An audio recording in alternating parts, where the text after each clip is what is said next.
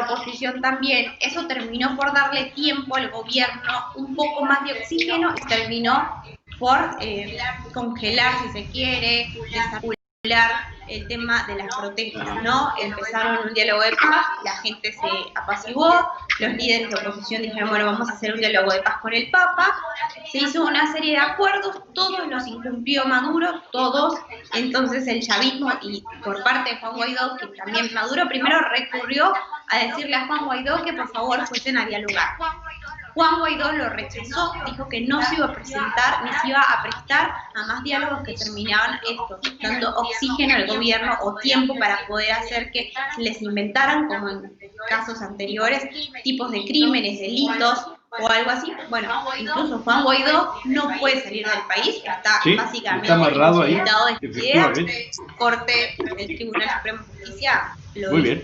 Oye, pues vamos a estar pendientes a lo largo de la semana, si nos lo permites, Gabriela, y molestarte para obtener algunos comentarios. ¿Has hablado con la familia en Venezuela? Estoy hablando, sí, constantemente. Sí, las cosas están muy feas. Están feas en el sentido de que tampoco el dólar se dispara.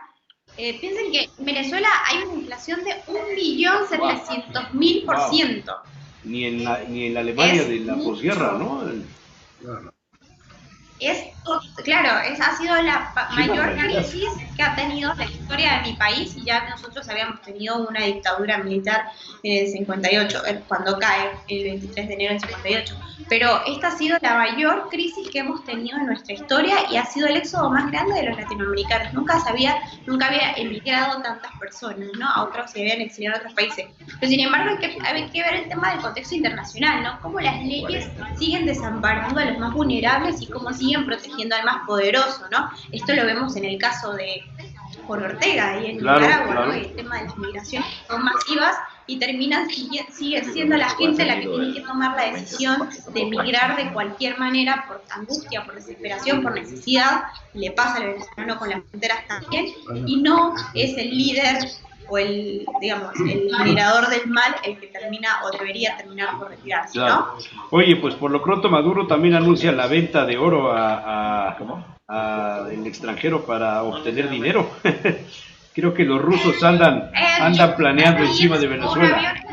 Venezuela tiene tanta censura, que no hay nada oficial. Es decir, cuando hubo el 23 de enero los actos chavistas y de oposición, donde en el acto de oposición Juan Guaidó asume como presidente interino, basado en la Constitución, el artículo 230 al 233,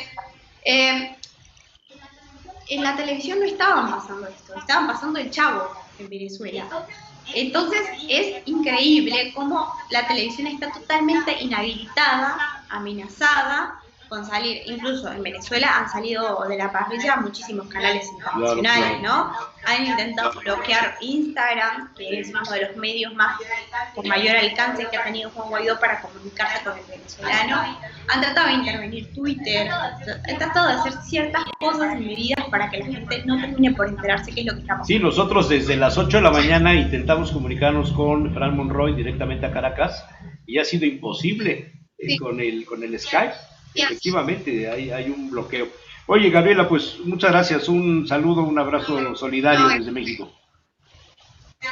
Gracias. Hasta luego. Como dato curioso, el peso mexicano hoy en las casas de bolsa del Aeropuerto Internacional de la Ciudad de México bajó, está en 19.02 a la venta y 17.83 a la venta, lo cual me parece una buena señal. El euro se vende en 22.99 y se compra en 21.30. Mi querido Tigre, yo creo que es momento de tomar decisiones muy serias en este asunto, porque no sea que vayamos a necesitar en el futuro inmediato algo.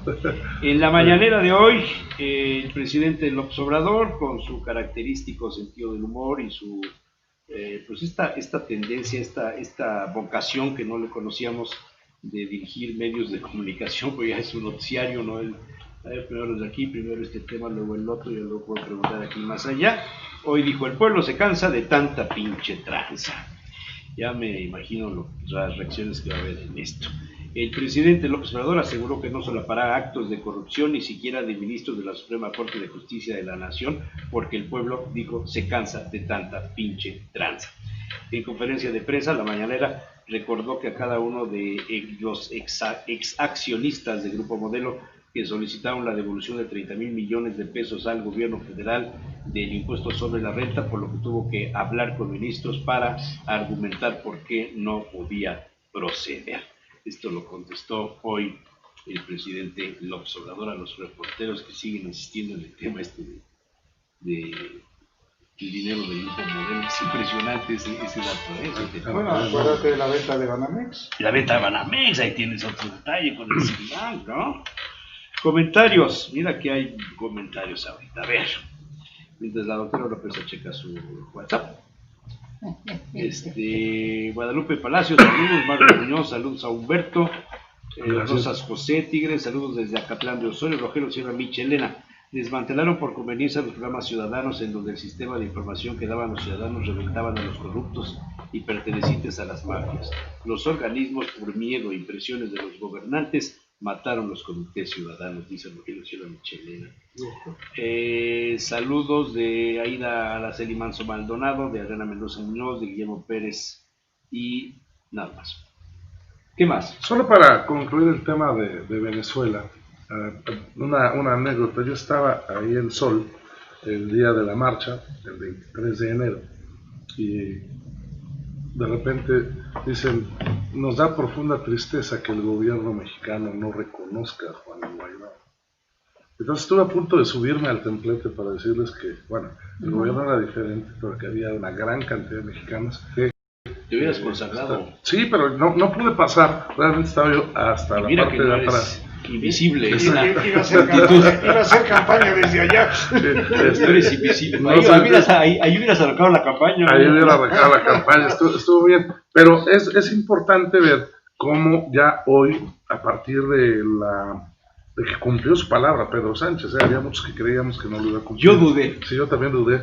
Pero bueno, ya hoy, por ejemplo, Alemania, Lituania, Letonia, Francia mismo, ya han reconocido el gobierno de Guaidó. Y esto va a tener también en una tensión a ver qué es lo que van a hacer países como México, como Nicaragua, como Cuba, ya sabemos qué es lo que va a hacer. Pero cada día que pase habrá muchos más países que van a apoyar a Guaidó. Yo no soy tan pesimista como la analista política que Gabriela Avendaño, que nos habló el día de hoy. Yo creo que Maduro tiene contados sus días. Yo también. De verdad. Y yo creo que me atrevería a decir que creo que tiene contados los días de la semana. Sí. Claro. Esto es insostenible. Sin embargo, yo creo lo contrario. La presión internacional. ¿Sí? Yo creo el tema es que a mí me parece interesante que lo que vemos y lo que nos llega, pues no es desde dentro de Venezuela. La población que sale, y específicamente la venezolana, pues es la que de alguna u otra manera fue la privilegiada y que tuvo que salir. Claro, que logró salir a pie. Sobre todo que logró salir porque tenía posibilidades. Claro. Y desde dentro aquí creo que es interesante analizar si Maduro no tuviera una base social grande, fuerte, a lo mejor no es mayoritaria, a lo mejor no es mayoritaria, pero esta base social que tiene, y ahí difiero de Gabriela, su base social es la fuerza, claro, por la supuesto. gente que menos tiene. Así es. Y la gente que precisamente por eso se le critica a López Obrador. Pero además es la que menos tiene, que de pronto tuvo algo. Exacto, que menos tiene y que no tenía nada y que de pronto tiene. Así es. Y que esa base social es precisamente, sí, y que esa base social es precisamente la que sostiene. Pero ¿sí? Mira, aquí hay una cuestión. Pero más termino la idea. Esa base social, aun cuando no sea mayoritaria, por eso es fuerte, es sólida, claro. Va a salir a confrontar. Así es. Va a salir, y eso es precisamente cuando se discute el tema del derramamiento de sangre. Es decir, esa base social no es invisible. Esa base social es la que puede salir, confrontar y hacer todo lo que... Pero fíjate, algo que dijo Gabriela que es muy importante. En las manifestaciones que ha habido después del 23, ya el ejército no ha salido a reprimir. Esto quiere decir que el ejército... Hubo un agregado, ¿en dónde? Uno de los altos mandos de la aviación, claro, pero aparte hubo un agregado militar en alguna embajada. Sí, creo que fue la de Brasil, me parece. Bueno, esto quiere decir que los militares que estaban todos, claro, no, pero que ya hay divisiones al interior y que creen que Maduro ya no es la posibilidad pero clara también para en ese mismo sentido, lo que está claro es que lo que quiere Guaidó y lo que quiere la oposición y lo que quieren los gringos es que haya muertos, pues, que haya sangre. Ojalá. Ahorita el tema es, ahorita lo que ha hecho el ejército y Maduro, pues es que no podemos, cualquier cosa que pase, ya está la esfera nacional e internacional, más bien la esfera internacional. Entonces, ahorita el tema más que el ejército no intervenga no es porque están ganando, sino porque no le favorece a Maduro. Cualquier cosa que pase, ahí sí, Maduro está en sus días contados. Y si hay muertos, automáticamente están contados los días. Pero regreso otra vez en la lógica. Aquí lo interesante, lo que va a pasar en Venezuela, yo creo que en el corto plazo, es que precisamente se va a llamar elecciones, donde Guaidó no va a ser el candidato. O sea, Guaidó precisamente va a ser se va a pasar la historia con el personaje que estabilizó no, incluso puede ser Maduro. Guaidó no va a ser presidente de sí, claro, van a convocar elecciones, y lo primerito es que Guaidó va a estar fuera y Maduro va a estar fuera. Claro. Y ahí es donde precisamente vienen estos otros liderazgos que han estado ocultos y de manera ahí trabajando. que están presos en Sí, mi caso, ¿no? Empezando por Carriles, o sea, ahí ¿cómo se llama? Agustín Capriles, Ajá, Capriles. Capriles, y también el otro, Leopoldo López, o sea, son personajes que tienen más base social y no... y militancia política. Y bueno, el tema de Guaidó se dio en unos días, Sí, ¿no? claro, O sea, cuando claro. asciende porque le tocaba a su partido político la presidencia rotativa, así es. ¿sabes? Y entonces se Ahora, También hay otro asunto que tiene que ver con el pleito interno en Venezuela de las logias masónicas.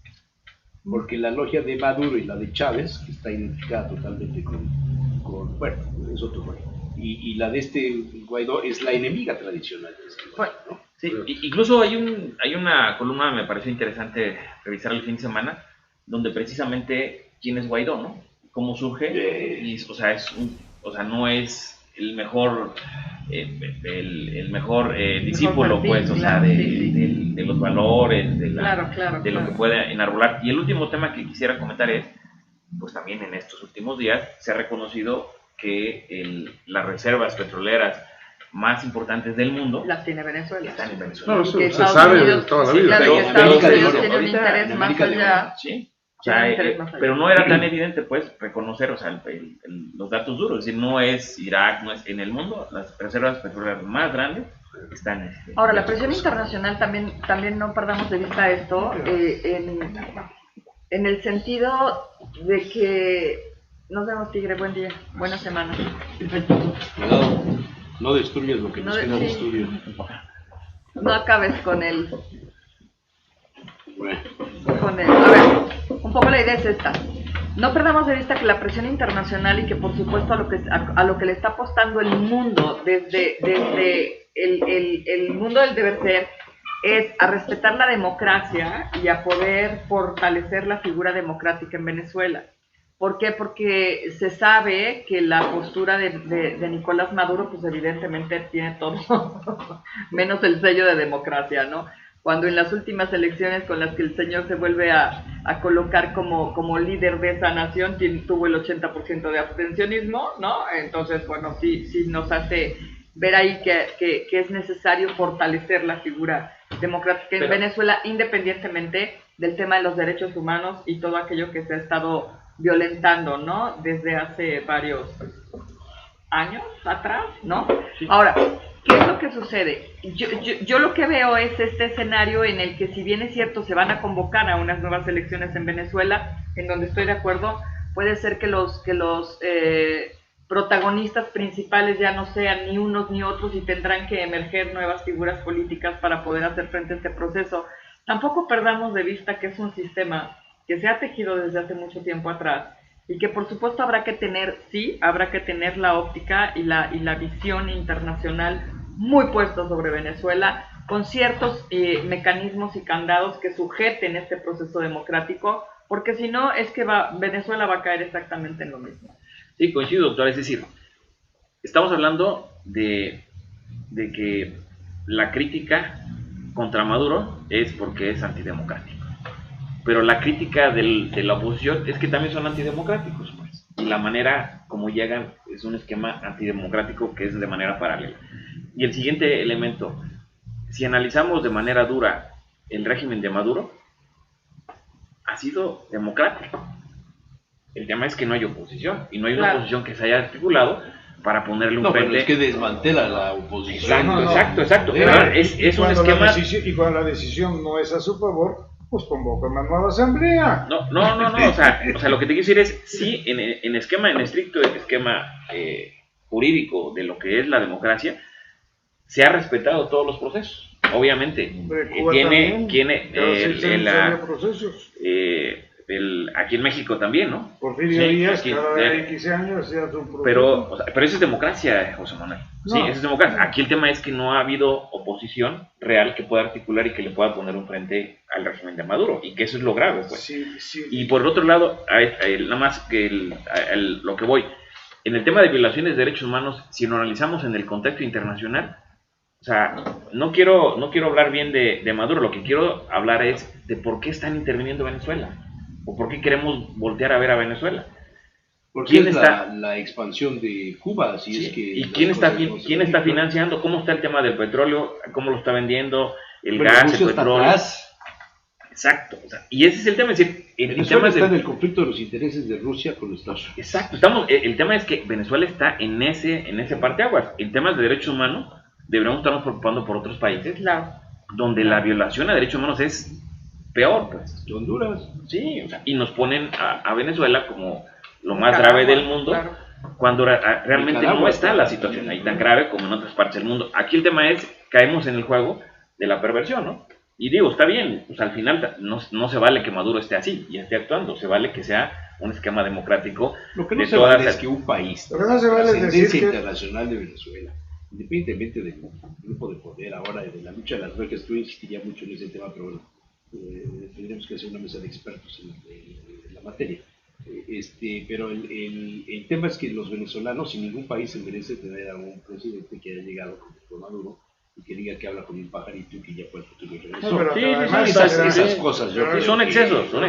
Perdóname, con el debido respeto, Pepe, el hecho de que haya una elección porque la gente vaya a votar no quiere decir que sea democrático.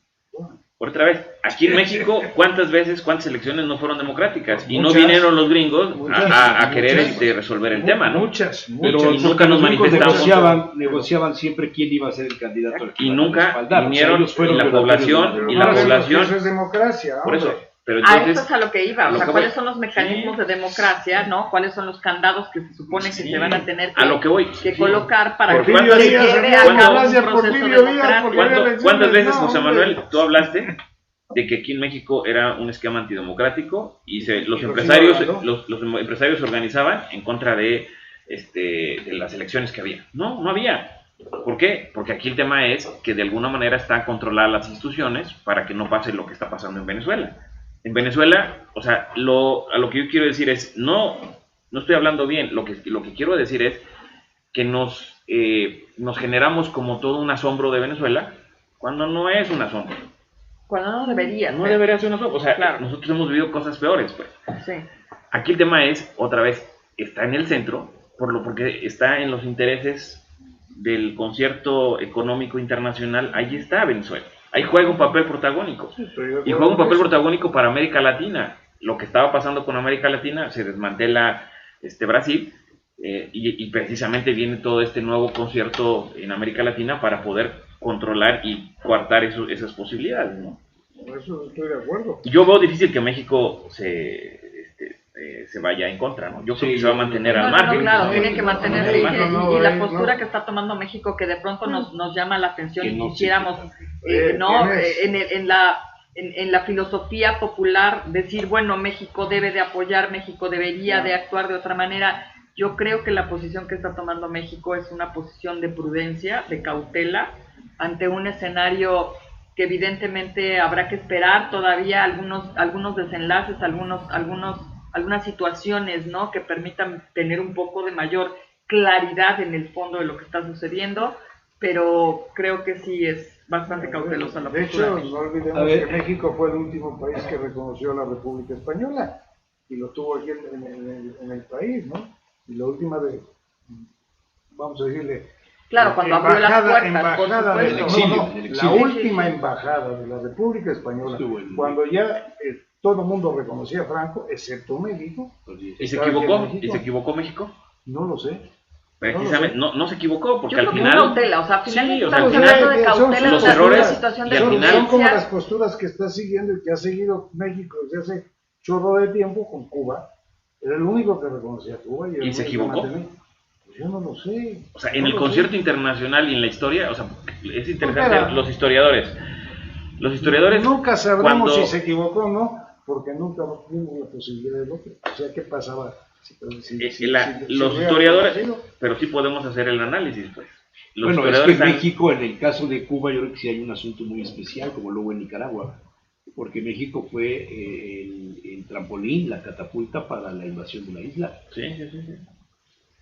Sí, la cercanía, O sea, todo. la cercanía de Fernando Gutiérrez Barrios con Fidel Castro y con el grupo de Fidel, ¿no? Claro. Que de alguna manera se organiza en México, en la Ciudad de México, en los barrios de la Ciudad de México, apoyado desde una de las aristas del gobierno mexicano por el capitán Gutiérrez Barrios en aquel Claro. momento, ¿no?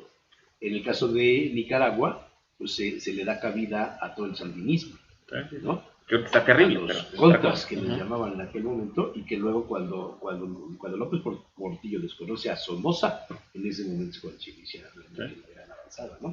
Un paréntesis, la semana pasada, miércoles o jueves, murió Miguel Quirós Pérez, que fue un priista connotado, de los que intentó cambiar la percepción de los ciudadanos sobre su partido, cuando su campaña para presidente municipal usó colores diferentes a los del PRI, y lo criticaron mucho los propios priistas, quitó el verde, el blanco y el rojo, usó un amarillo y un naranja y un café, y con esos colores pintó las bardas de la ciudad y hizo su campaña como candidato con colores diferentes a los del PRI. Tal vez una de las principales aportaciones en cuanto a lo que es mercadotecnia política. Colaboraron con él en aquel proyecto Raúl Victoria y algunos otros jóvenes de aquella época, ¿no?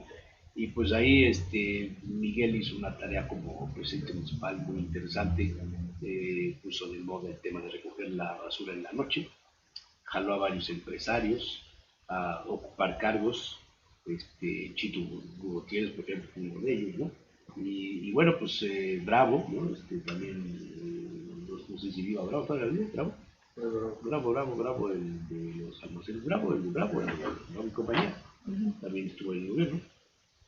Y bueno, toda esta serie de presencia que tuvo Miguel Quirós como un hombre de poder político, a veces no siempre dando la cara, sino atrás de los políticos, ¿no? Y bueno, pues la semana pasada falleció. No, y la clase política le reconoce, ¿no? Sí, estuvo interesante los comentarios que se vertieron Sí, a favor de porque él. tuvo mucha fuerza hacia adentro y bueno, jamás volvió a hacer campaña, ¿no? Nunca volvió a hacer campaña, fue presidente municipal y siempre se Solamente. tuvo la posibilidad de volver a hacer, ¿no? Pero bueno, nada más. Comentarios aquí. Ana Tere Mercado, Darío Jiménez Toral manda saludos, lo mismo que Tere Papaki y Esperanza Salazar Rivero también. ¿Qué más? Pues oye, uno de los puntos que has mencionado y que no lo hemos tocado es precisamente las divisiones que se En están Morena. dando en Morena, ¿no? Adelante. Es curioso que se estén dando y no se ve, así, no se ve todavía la línea que se hubiera visto en otros momentos, ¿no? Porque sí están marcados y además es increíble cómo han utilizado los medios de comunicación para precisamente decir, estamos divididos, ¿no? Las declaraciones que ha habido son brutales. A mí la declaración de Alonso, del lo que diputado dice Alonso, Alonso, se ¿no? me hace impactante. ¿La tenemos por ahí? Es ¿No la tenemos? el decir que estaba enfermo y que entonces tendríamos que tener, en poco tiempo estarían esperando un coma diabético, ¿no? Era tantito, ¿qué tan bajo ha llegado este señor diputado para defender al señor senador? que tienen que decir esas cosas. O la postura de José Juan de aventarse directa y a la yugular contra Manzanilla pidiéndole a Pacheco que lo dé de baja, ¿no? O sea, qué barbaridad. O ponen un poco de orden ahí, o a lo mejor puede ganar alguien de la...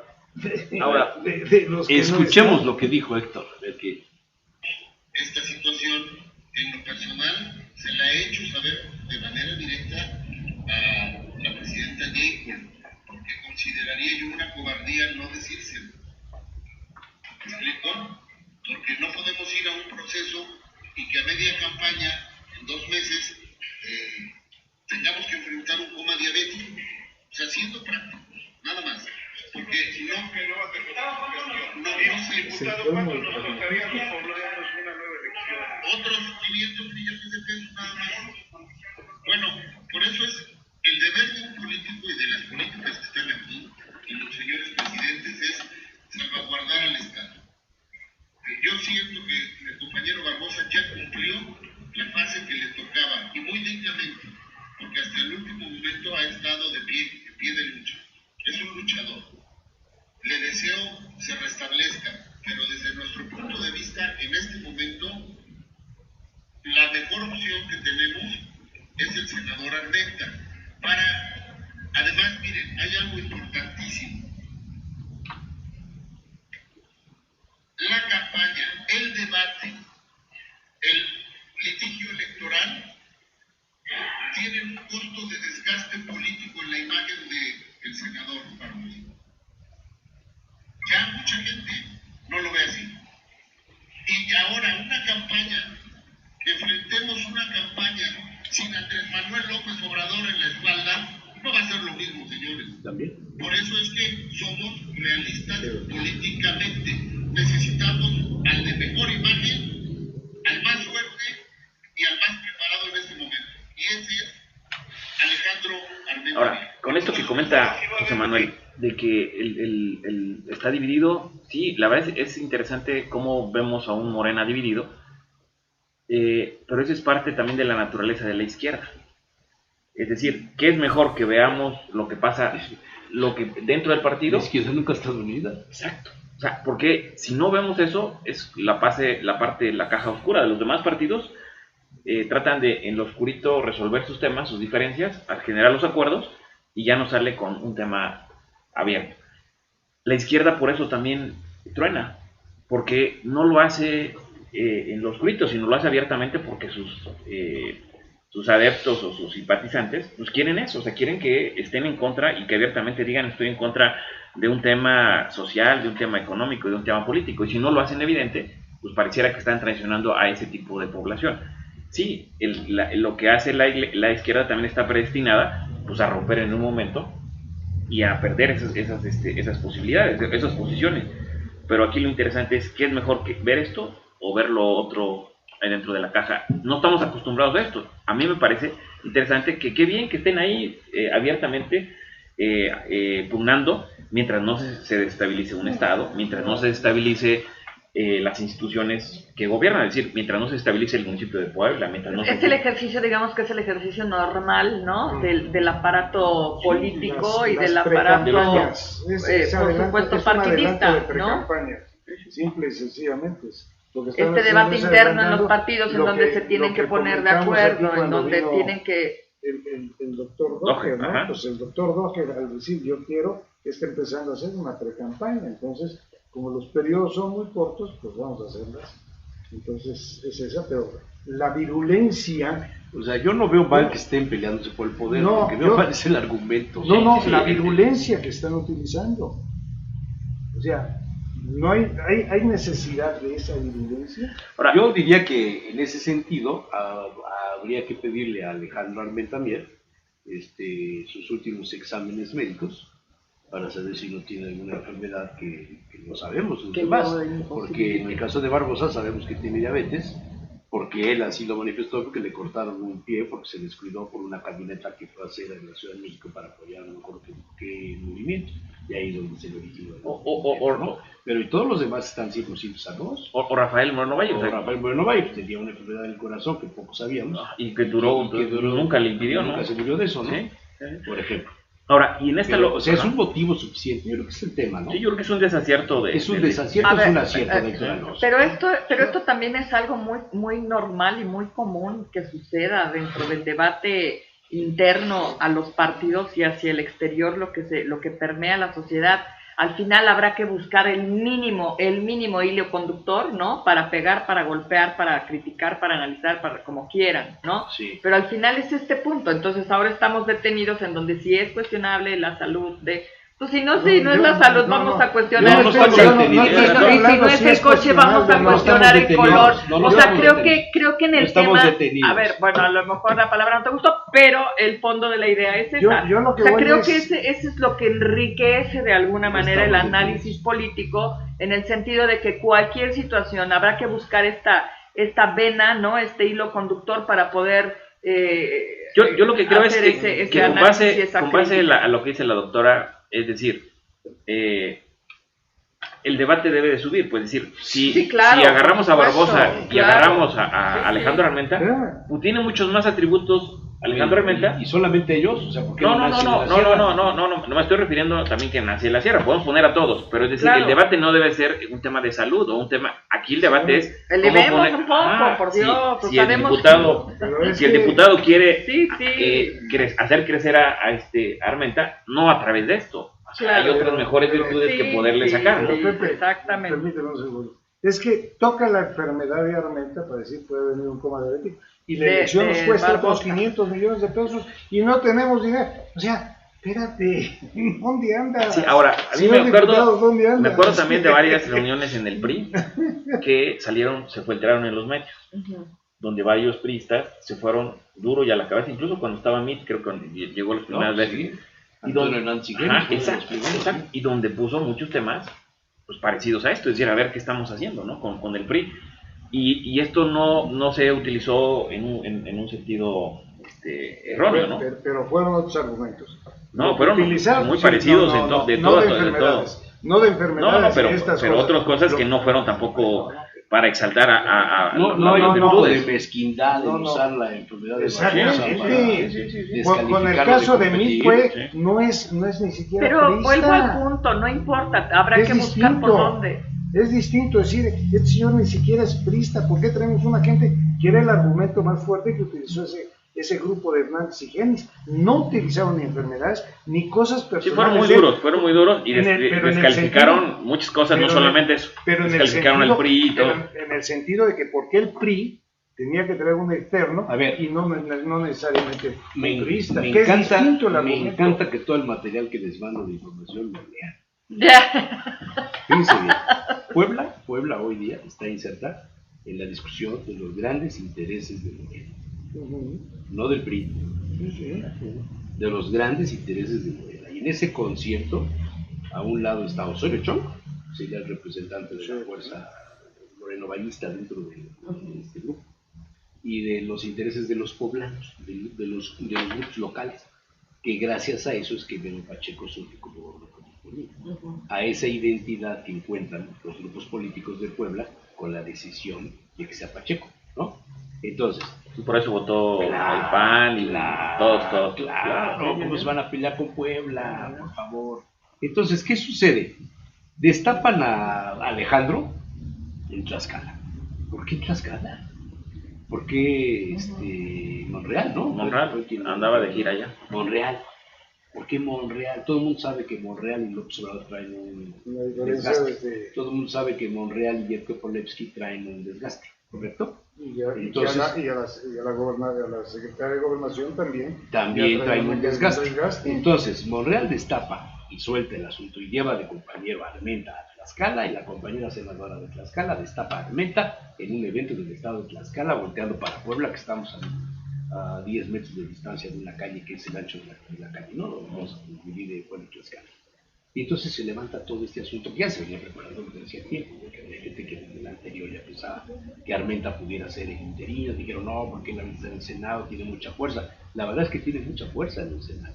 Entonces, para que Monreal se anime a meter, a respaldar a Armenta, debe estar planeando algo en función de lo que se avecina. Y no sabemos si dentro de 5 años Morena sea partido, primero. Y segundo, si Yetko siga siendo presidenta de este pensamiento o del partido. No sabemos si los bonos que la sociedad le ha dado a López Obrador se mantendrán el 2 de junio de este año, la elección extraordinaria. Lo que sí sabemos es que estadísticamente, en encuestas, Morena ganaría 2-1 en Puebla, sea quien sea el candidato. Entonces, para muchos grupos políticos internos de Morena, representa mucho tener un gobernador aliado que en este momento pueda ganar las elecciones. Eso sería revitalizar a esa parte del grupo político. Entonces Puebla está inserta, ya no en la lucha entre la sucesión presidencial del PRI como antes pasaba, sino está inserta en la lucha de los intereses internos de Morena. Claro. Sí, esto puede desencadenar en la renuncia de Jacob, debilitamiento de Jacob, Claro. O puede ser lo contrario, ¿no? La confrontación real para que se divida Morena. O como alguien dice por ahí, ¿por qué tanto interés de Jacob de mantener a Barbosa? Claro. ¿Por qué tanto? Entonces alguien dice, no, pues es que lo está balconeando para que le peguen y lo bajen. Claro. Y ya Barbosa se abstiene de declarar, se abstiene de participar en medios de comunicación, está muy tranquilo, está esperando, como dice él, los tiempos. La convocatoria. Además esas bardas rápidamente se desentendió. Armenta se desentendió de las bardas. ¿Por qué? Porque Pero es claro que no es un improvisado. Sí, nada más que no se puede desentender de la cantidad de entrevistas que han salido en los medios de comunicación. no más que ninguna ha dicho lo que dice la barda. Sí, por eso sí salió, ¿no? Acto ¿Tienes la barda ahí? Acto anticipado de campaña, ¿no? Sí, sin embargo, está claro que no se va a equivocar. No, bueno, realmente, ¿no? hay un espectacular que te mandé, pero hay una barda. ¿No la tienes? Estaba en Twitter en la cuenta de Armenta. Exactamente, en la que se disculpa, en la que se desentiende, ahí es donde está La barda. la barda. Él mismo la pone. Incluso también ayer en el Reforma Nacional, el Reforma, sale la nota, ¿no? O sea que pues está manejando Alejandro ya una estrategia y no solamente poblana, ¿no? Sino también ya en los medios nacionales, ¿no? Sí, está muy bien respaldado. Está haciendo bien. Armenta en este momento tiene el respaldo de muchas corrientes políticas al interior y al exterior de Morena. Ya la borró, porque le estaba dando publicidad a la base. Sí, ya no está. No sé, aquí está. ¿Tú la tienes? A ver, mándasela, ¿no? Dice Alejandro Armenta para gobernador, precisamente.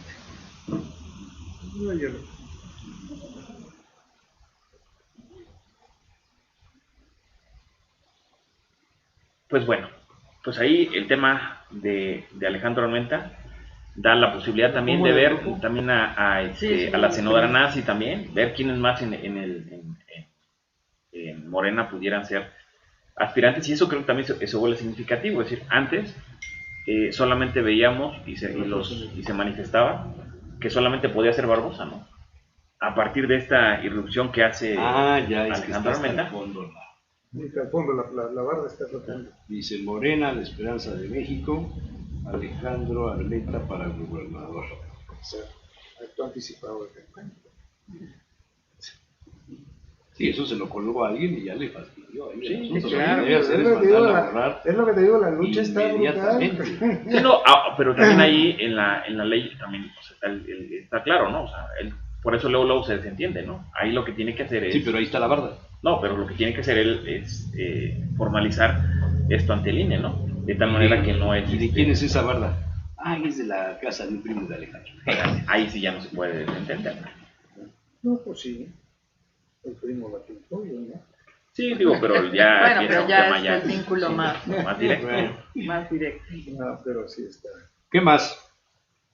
Que ya se anda. ¿Algo más? Pues no sé si hubo Nomás se fue el tigre y ya se algún nos bajó el ánimo. La doctora hoy venía muy agresiva en la mañana, mira. Y siempre vengo agresivo. No, quiero decir, venías muy con ganas de discutir. Se tomó un café en la mañana antes de venir, yo creo por eso, ¿ah? No, sí, bueno, es que evidentemente el fin de semana no fue nada pausado ni nada tranquilo y bueno, la falta de sueño siempre nos provoca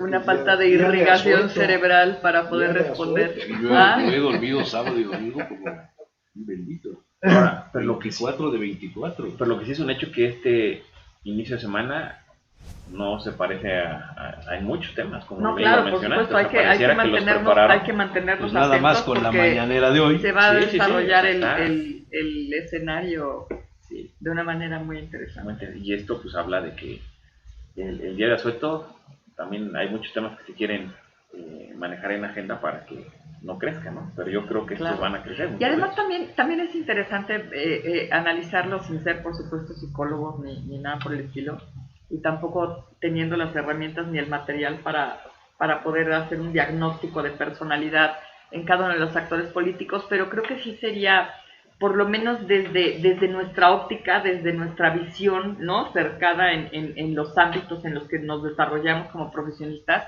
pues seguir de cerca cuál va a ser la respuesta de estos actores. Es decir, el golpeteo hacia Manzanilla, a mí me parece que Manzanilla muy prudente no ha respondido, ¿no? Eso no lo comentamos, claro. Se ha mantenido al margen. Manzanilla es una persona totalmente cabal y preparada y con una experiencia política muy grande como para entrarle a este tipo de reacciones, ¿no?